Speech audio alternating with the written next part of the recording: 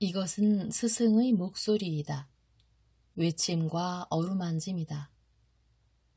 이 목소리가 회개하기를 원치 않는 사람들에게 말할 때에는 외침이 되고, 비록 불완전하더라도 하느님과 그분의 말씀을 찾아내려는 착한 뜻을, 하느님과 그분의 말씀을 찾아낸 다음에는 자기를 거룩하게 하려는 착한 뜻을 가진 사람들에게 말할 때에는 어루만짐이 된다. 이 사람들에게는 말씀이 친구의 어루만짐이 되고 예수의 축복이 된다. 15.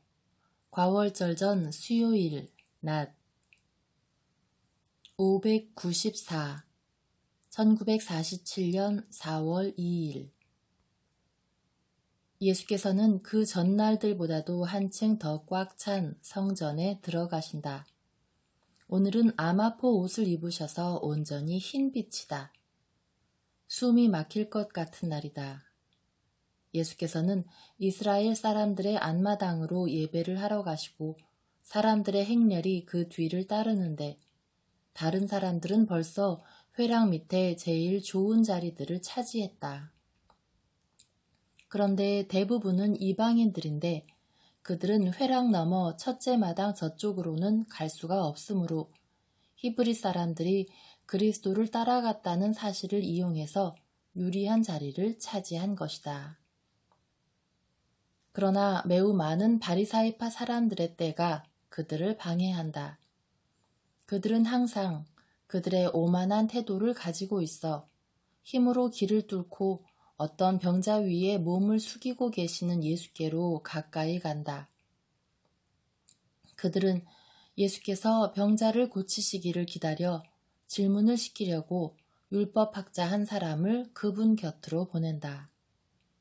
사실 알라못이라고도 하는 요엘이 선생님께 질문을 하러 가겠다고 했기 때문에 그들 사이에는 잠시 말다툼이 있었다. 그러나 바리사이파 사람 하나가 그것을 반대하고 다른 사람들이 그를 지지해서 이렇게 말한다. 안 돼. 자네는 비록 비밀리에 행동하지만 선생님 편이라는 것은 알려진 사실이야. 우리아를 가게 해. 우리아는 안 돼. 하고 내가 전혀 알지 못하는 다른 젊은 율법학자가 말한다. 우리아는 말할 때 너무 격렬해. 군중을 자극할 거야. 내가 가겠어. 그리고 다른 사람들의 반대는 그 이상 듣지 않고 선생님 곁으로 갔는데 그것은 마침 예수께서 병자에게 믿음을 가져라. 너는 나았다. 이제는 열과 고통이 결코 다시 오지 않을 것이다. 하고 말씀하시면서 그를 보내시는 순간이었다. 선생님, 율법에서 어떤 계명이 제일 큰 계명입니까? 그를 등 뒤에 두고 계시던 예수께서 몸을 돌리시며 그를 바라보신다. 부드럽고 환한 미소가 그분의 얼굴에 떠오른다. 그런 다음 머리를 드신다. 왜냐하면 키가 작고 게다가 경의를 표하려고 몸을 굽히고 있는 율법학자 때문에 머리를 숙이고 계셨던 것이다. 예수께서는 군중 쪽으로 눈길을 돌리시고 바리사이파 사람들과 학자들의 집단을 뚫어지게 보시다가 뚱뚱하고 값진 옷을 입은 바리사이파 사람 뒤에 반쯤 가려진 요엘의 창백한 얼굴을 알아보신다. 예수의 미소는 환해진다. 그것은 마치 성실한 율법학자를 쓰다듬어주는 빛과 같은 것이다. 그런 다음 이야기 상대자를 보시려고 다시 머리를 숙이시며 대답하신다. 모든 계명 중에 첫째 가는 계명은 이렇습니다. 이스라엘아 들어라. 주 우리 하느님은 유일한 주님이시다. 주 내 하느님을 내 마음을 다하고 목숨을 다하고 힘을 다하여 사랑하여라. 이것이 첫째 가고 가장 큰 계명입니다. 그 다음 둘째 계명은 이것과 비슷하니 내 이웃을 내 몸같이 사랑하여라 하는 것입니다. 이 두 계명보다 더 큰 계명은 없습니다. 이 두 계명이 모든 율법과 예언서의 골자입니다. 선생님, 지혜롭게 진리로서 대답하셨습니다. 사실 그렇습니다. 하느님은 한 분뿐이시고 그분 이외에 다른 하느님은 없습니다. 하느님을 자기 마음을 다하고 재능을 다하고 영혼을 다하고 힘을 다하여 사랑하고 이웃을 제 몸같이 사랑하는 것은 모든 희생과 모든 재물보다 더 가치가 있습니다. 저는 다윗의 당신께는 희생이 마음에 들지 않습니다. 하느님께 드리는 재물은 뉘우치는 마음입니다. 하는 말을 묵상할 때에는 완전히 확신을 가지게 됩니다. 당신은 하느님의 마음을 기쁘게 해드리는 희생이 무엇인지를 깨달았으니 하느님의 나라에서 멀리 떨어져 있지 않습니다. 그렇지만 어떤 희생이 가장 완전한 희생입니까? 하고 율법학자는 무슨 비밀이라도 말하는 듯이 빨리 작은 목소리로 묻는다. 예수께서는 당신의 가르치심을, 하느님의 나라의 가르침을 받아들이려고 하는 그 사람의 마음에 이 보배를 떨어뜨리시면서 사랑으로 얼굴이 환해진다. 그래서 그에게도 몸을 숙이시고 말씀하신다. 완전한 희생은 우리를 박해하는 사람들을 우리 자신처럼 사랑하고 원한을 품지 않는 것입니다. 이렇게 하는 사람은 평화를 차지할 것입니다. 유순한 사람들이 땅을 차지할 것이고 풍부한 평화를 차지할 것이다 하는 이런 말이 있지요. 정말 잘 들어두시오. 제 원수를 사랑할 줄 아는 사람은 완덕에 이를 것이고 하느님을 차지합니다. 율법학자는 공손히 예수께 인사하고 그의 무리로 돌아가니 그들은 그가 선생님을 칭찬한 것을 작은 목소리로 나무라고 화를 내면서 이렇게 말한다. 자네, 저 사람한테 뭘 물어본 거야? 혹시 자네가 그에게 사로잡힌 건가? 나는 하느님의 성령께서 그분의 입술로 말씀하시는 것을 들었네. 자네 바보야? 혹시 저 사람이 그리스도라고 믿는 건가? 난 그렇게 믿네. 정말이지. 이제 얼마 안 가서 우리 율법교사들의 학교들이 텅 비고 저 사람을 따라 헤매는 것을 보게 될 걸세. 그런데 자넨 무엇으로 그가 그리스도라고 생각하나? 무엇 때문인지는 나도 모르겠어. 나는 그분이라고 느끼는 거야. 미쳤어. 그러면서 그들은 화가 나서 그에게 등을 돌린다. 예수께서는 그 대화를 지켜보셨다. 그리고 바리사이파 사람들이 화가 나서 빽빽하게 무리를 지어 당신 앞을 지나가시는 것을 보시고 그들을 부르셔서 말씀하신다. 이것 보시오. 당신들에게 무얼 좀 묻고 싶습니다. 당신들 생각에는 그리스도가 어떤 사람입니까? 누구의 자손입니까? 다윗의 자손일 것입니다. 하고 그들은 일 것입니다를 강조하며 대답한다. 그들의 생각으로는 예수께서 그리스도가 아니라는 것을 예수께 이해시키기를 원하기 때문이다. 그러면 어떻게 다윗이 하느님의 영감을 받아 그리스도를 주라고 부르면서 이렇게 말했습니까? 주께서 내 주께 말씀하셨다. 내가 네 원수를 네 발 아래 굴복시킬 때까지 너는 내 오른편에 앉아 있으라고. 그러므로 다윗이 그리스도를 주라고 불렀는데 그리스도가 어떻게 그의 자손이 될 수 있습니까? 무엇이라고 대답할지를 몰라 그들은 그들의 독을 되씹으면서 멀어져 간다. 예수께서는 햇볕이 쫙 퍼진 지금까지 계시던 곳에서 자리를 뜨시어 떨어진 헌금 궤가 있는 방 곁에 헌금 넣는 구멍들이 있는 곳으로 가신다. 아직 그늘이 진 그곳에는 히브리인 청중들에게 향한 요란스러운 몸짓을 하며 젠체하고 장광설을 늘어놓는 스승들이 자리 잡고 있는데 시간이 흐름에 따라 성전을 향해 몰려오는 사람이 끊임없이 늘어나므로 청중의 수는 끊임없이 늘어난다. 스승들은 그들의 연설로 그리스도께서 지난 며칠 동안 또는 오늘 아침에 주신 가르침을 무너뜨리려고 애쓴다. 그리고 그들이 목소리를 높이면 그럴수록 항상 신자의 무리의 수가 더 불어나는 것을 본다. 과연 그 장소는 매우 넓은데도 이리저리 왔다 갔다 하는 사람들로 우글거린다. 예수께서는 내게 이렇게 말씀하신다. 1944년 6월 19일에 과부의 헌금에 대한 환상을 내가 일러주는 대로 고쳐서 여기에 삽입해라. 그리고 환상이 계속된다. 1944년 6월 19일 나는 오늘에야 비로소 그리고 끈질기게 다음 환상이 나타남을 본다. 처음에는 성전에 달린 것으로 알아볼 수 있는 마당과 회랑들 그리고 예수님 밖에는 안 보인다. 예수님은 회랑에 홍해를 떠받치고 있는 어마어마하게 큰 네모 기둥에 기대어 계신데 어떤 황제 같아 보이신다. 그만큼 선명한 붉은 옷과 역시 붉은 빛이지만 더 진한 빛깔의 망토를 입고 계신 모습이 장엄하다. 예수께서는 나를 뚫어지게 바라보신다. 나는 이틀 전부터 뵙지도 못하고 말씀도 듣지 못한 예수님을 기쁨에 차서 쳐다보는데 자신을 잊어버렸다. 이 환상은 이렇게 오랫동안 계속되고 이렇게 계속되는 동안에는 내가 글을 쓰지 않는다. 그것은 내 기쁨이기 때문이다. 그러나 장면이 활기를 띠는 것을 보는 지금은 다른 것이 있다는 것을 깨닫고 글을 쓴다.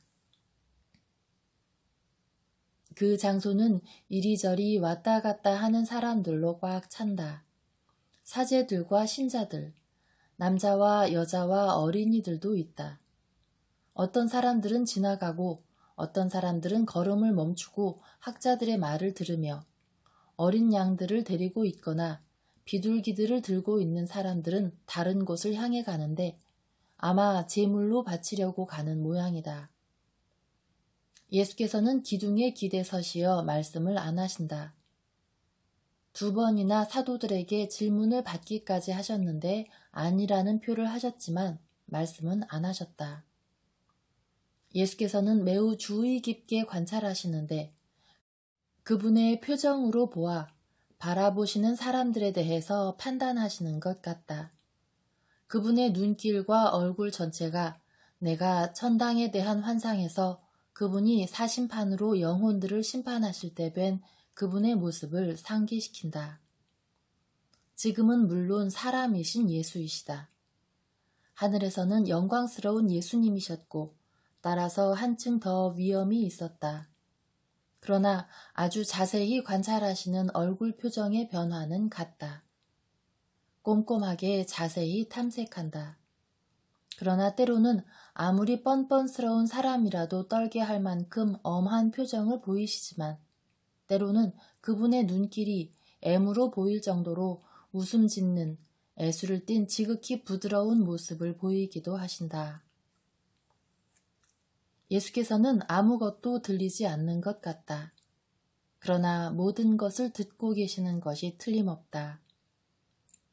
과연 몇 미터 떨어진 곳에서 어떤 학자를 둘러싸고 모여있는 한 집단에서 다른 어떤 계명보다도 이 계명이 더 가치가 있는 것입니다.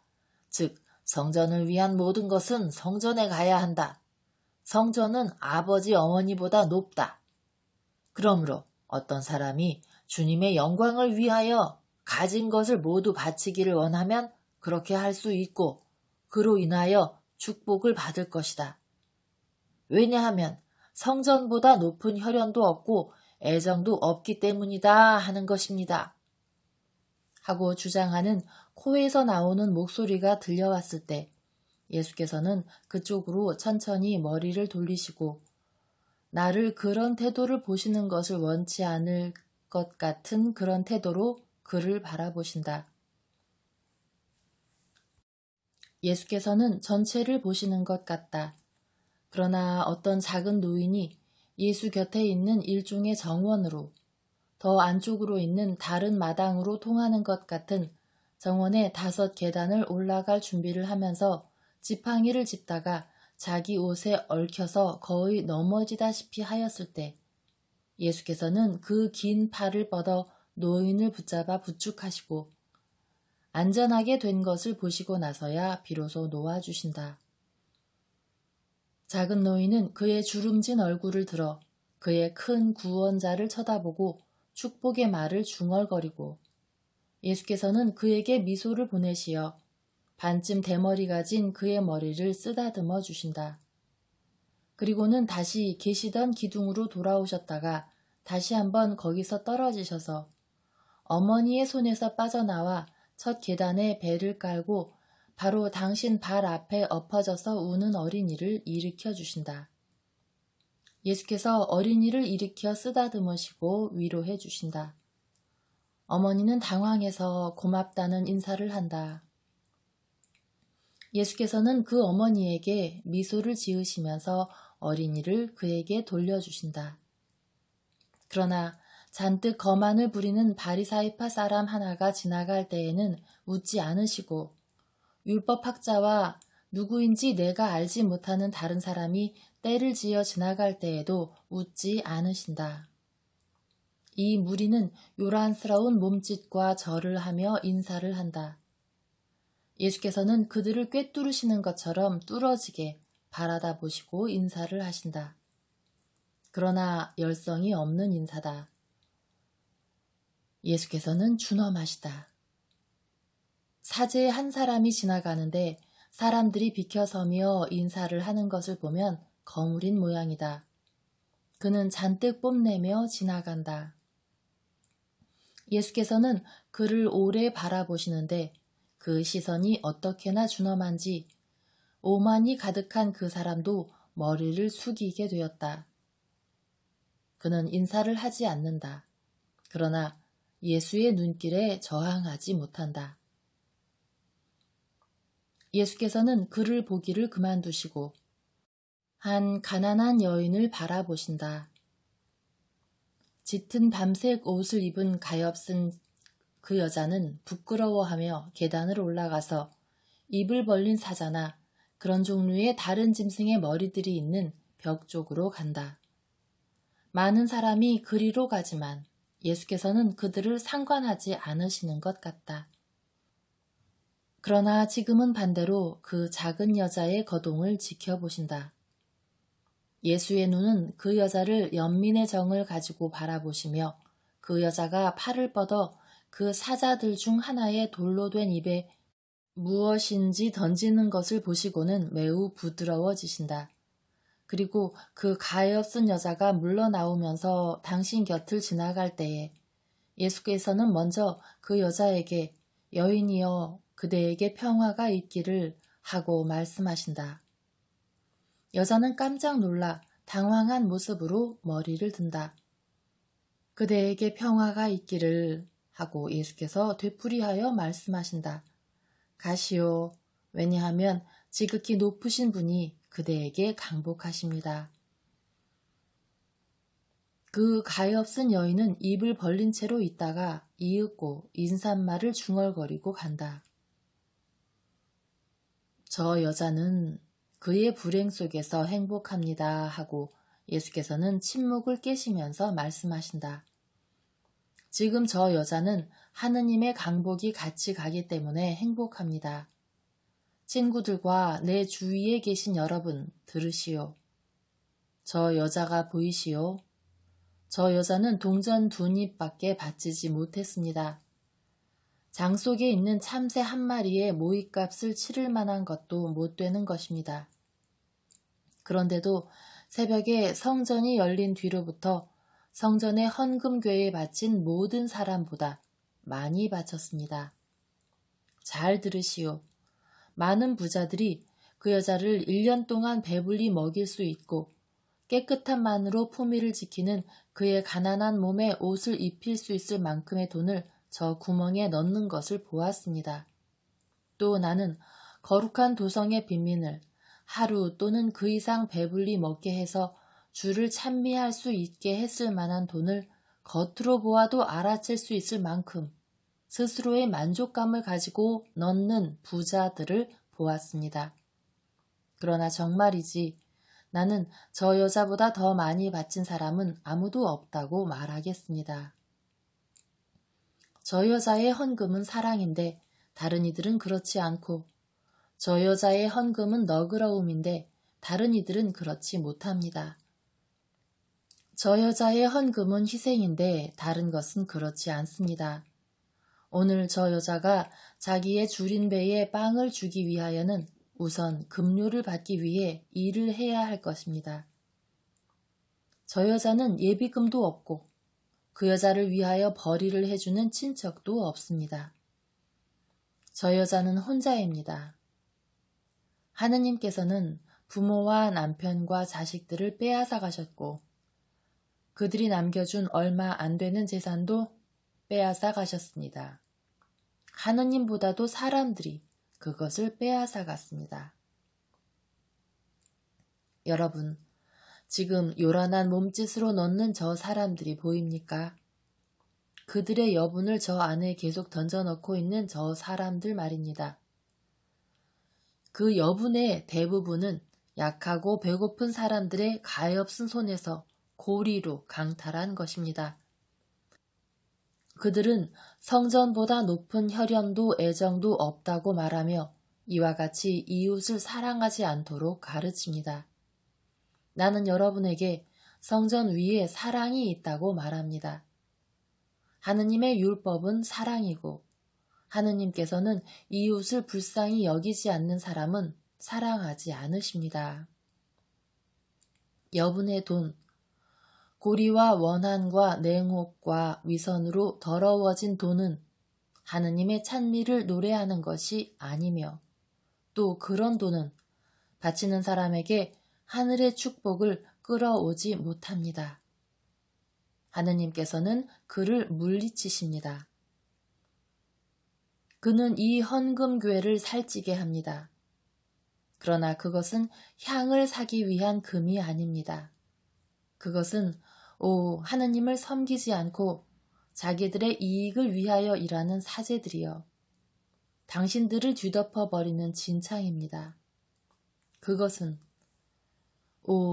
자기들이 생각해낸 교리들을 가르치는 학자들이여 당신들의 목을 조르는 올가미입니다. 바리사이파 사람들이여 그것은 당신들이 아직 가지고 있는 한 가닥 양심까지도 부식시키는 독입니다. 하느님께서는 남아있는 것을 원치 않으십니다. 가인처럼 되지 마시오. 하느님께서는 냉혹한 마음의 열매는 원치 않으십니다. 하느님께서는 불평하는 목소리를 높이면서 다음과 같이 말하는 것을 원치 않으십니다. 나는 허기진 사람을 배불리 먹게 해주어야 되었는데 사람들은 저 안에 자신들의 호사를 과시하기 위해 내게 그것을 거절하였다. 나는 늙은 아버지와 비틀거리는 어머니를 도와드려야 했었는데 사람들은 그 도움이 세상에 알려지지 않을 것이기 때문에 그것을 내게 거절하였다. 그래서 나는 세상 사람들이 증여자를 보도록 내 합주 종소리를 울려 퍼지게 해야 합니다 하고 남은 것을 하느님께 바쳐야 하고 하느님께 바치기 위하여는 아버지와 어머니께 거절해도 된다고 가르치는 스승이여 당신은 틀렸습니다. 첫째 계명은 이렇습니다. 하느님을 네 마음을 다하고 네 목숨을 다하고 지혜를 다하고 힘을 다하여 사랑하여라. 그러므로 여분의 것을 하느님께 드릴 것이 아니라 그분을 위하여 고통받기를 좋아함으로써 우리의 피인 것을 바쳐야 합니다. 고통을 받아야지 남에게 고통을 당하게 해서는 안 됩니다. 그리고 재물을 버리는 것이 괴롭기 때문에 주는 것이 매우 고통스럽고 또 사람의 마음은 천성적으로 고약하기 때문에 그 재물을 주기가 대단히 고통스러우면 바로 고통스럽기 때문에 바쳐야 하는 것입니다. 정의로 그렇게 해야 합니다. 왜냐하면 사람들이 가진 것은 무엇이든지 하느님의 착하심으로 받은 것이기 때문입니다. 사랑으로도 그렇게 해야 합니다. 왜냐하면 우리가 사랑하는 사람들을 기쁘게 하기 위하여 희생을 사랑하는 것은 사랑의 증거이기 때문입니다. 바치기 위해서는 고통을 받아야 합니다. 그러나 고통을 받아야 하지 되풀이합니다만 남에게 고통을 주어서는 안 됩니다. 왜냐하면 둘째 계명은 이웃을 내 몸같이 사랑하여라 하는 것이기 때문입니다. 그리고 율법은 하느님 다음으로 우리가 존경과 도움을 드릴 의무가 있는 이웃이 부모라고 명확히 밝혀 말하기 때문입니다. 그러므로 나는 당신들에게 정말로 말합니다.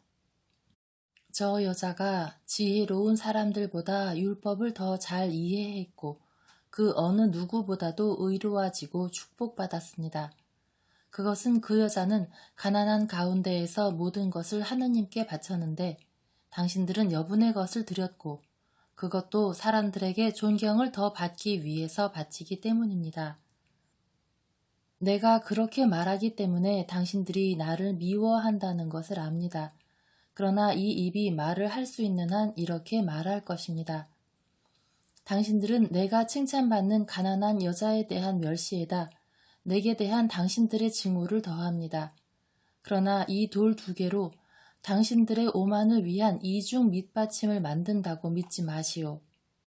그것은 당신들을 으깰 맷돌이 될 것입니다.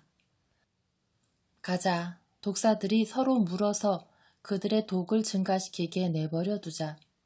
순수하고 착하고 겸손하고 뉘우치고 하느님의 참 얼굴을 알고자 하는 사람은 나를 따르라. 예수께서는 이렇게 말씀하신다. 모든 것을 내게 바쳤기 때문에 아무것도 남은 것이 없는 너도 그 마지막 동전 2잎을 내게 다오.